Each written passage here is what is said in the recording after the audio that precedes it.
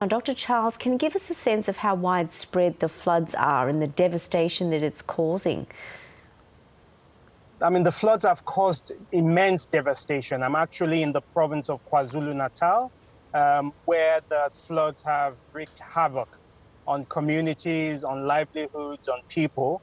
Currently, we're in a community where we have seen families that have totally lost everything. You know, their houses have been washed away. We have having people that have been resettled into, settlement homes. And, we are here in the communities with them, trying to provide the needed support. What are some of their most immediate needs right now from the people that you've spoken to? Yeah, from the people we've spoken to, currently there are over 40,000 people that have been displaced. There are over 400 people, unfortunately, that have lost their lives. And currently, there are 27 people that are unaccounted for. The immediate things that people need is obviously shelter. As I said, people have lost their homes. They've lost their livelihood. So even the ability to feed, they're not able to feed. So we, as the Red Cross, Red Crescent movement, through the South Africa Red Cross, we've been supporting the people from day one. We've been providing hot meals for the people that have been affected, psychosocial support, and we've been providing blankets to them as well. Currently assessments are still ongoing with the public authorities, and we are about to release from our emergency funds, from our International Federation of Red Cross and Red Crescent emergency funds, to continue to support the people that have been affected. And what are some of the stories being told by those who have survived? Did they get much warning or time to move to safer ground? I mean, the floods, came all of a sudden, although the weather services did alert that, there will be heavy rains. But, what people are saying is that, they're totally devastated. I met a man today that, has lost everything. Seeing your livelihoods and your wealth go is something that is really devastating. And we feel for the people, and we are there with the people, trying to see how best we can support them in a dignified manner. What we as the Red Cross, Red Crescent movement want is obviously we need to invest more as a collective in the communities to continue to build resilience and to ensure that people can bounce back better. This we're doing from a longer term slant perspective. So although this is an emergency, we will be supporting them with emergency relief, but I think it's, we're in for the long haul in terms of supporting them to build their lives and livelihoods again. Has Durban or South Africa as a country had much experience dealing with such a devastating crisis? Sorry, I didn't get the question. Can you come again? Has South Africa had much experience in dealing with such devastating floods and the aftermath of it?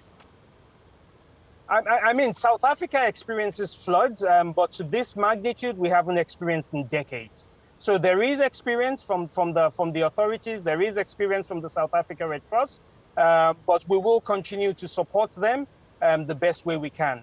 Obviously, with over 40,000 people that have been affected, that's quite a number. And, we are gearing up in terms of our response, and we will continue to work with the public authorities. What we're calling for is partnerships. No single entity can do this alone. And I actually just ended a meeting now with the public authorities, with the other partners as well, in terms of making sure that the efforts are well coordinated to maximize on the support that we're giving to the communities.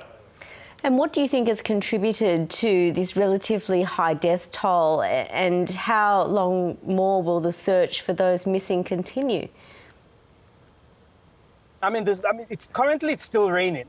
So what has contributed to the death toll is that, the heavy rains, and a lot of people actually died from drowning, unfortunately. And the rains are still continuing. We're hoping that the rescue efforts will continue so that we can save as many lives as possible. As I speak now, there are 27 people that are unaccounted for. I'm hoping that number will not rise. But we continue to work with the public authorities. We continue to be part of the search and rescue, and we continue to, give support to the communities.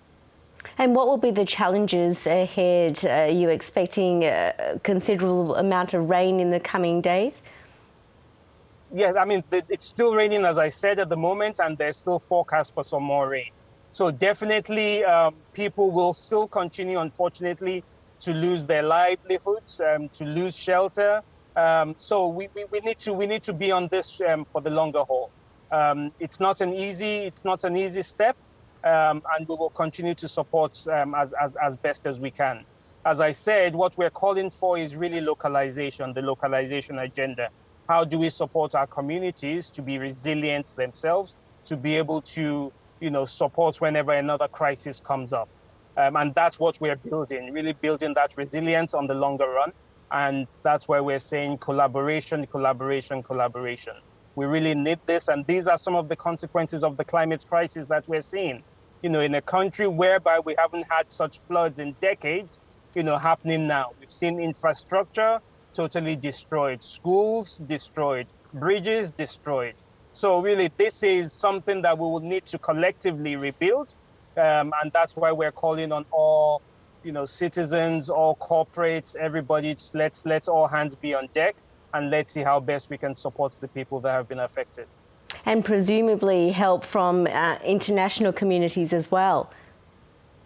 Yes, definitely, definitely. We, as the International Federation of Red Cross, we will be releasing some of our emergency funds to support the South Africa Red Cross. But definitely, we're also still counting on the international community, to come to support the people of South Africa, most especially the people of KwaZulu-Natal in this case.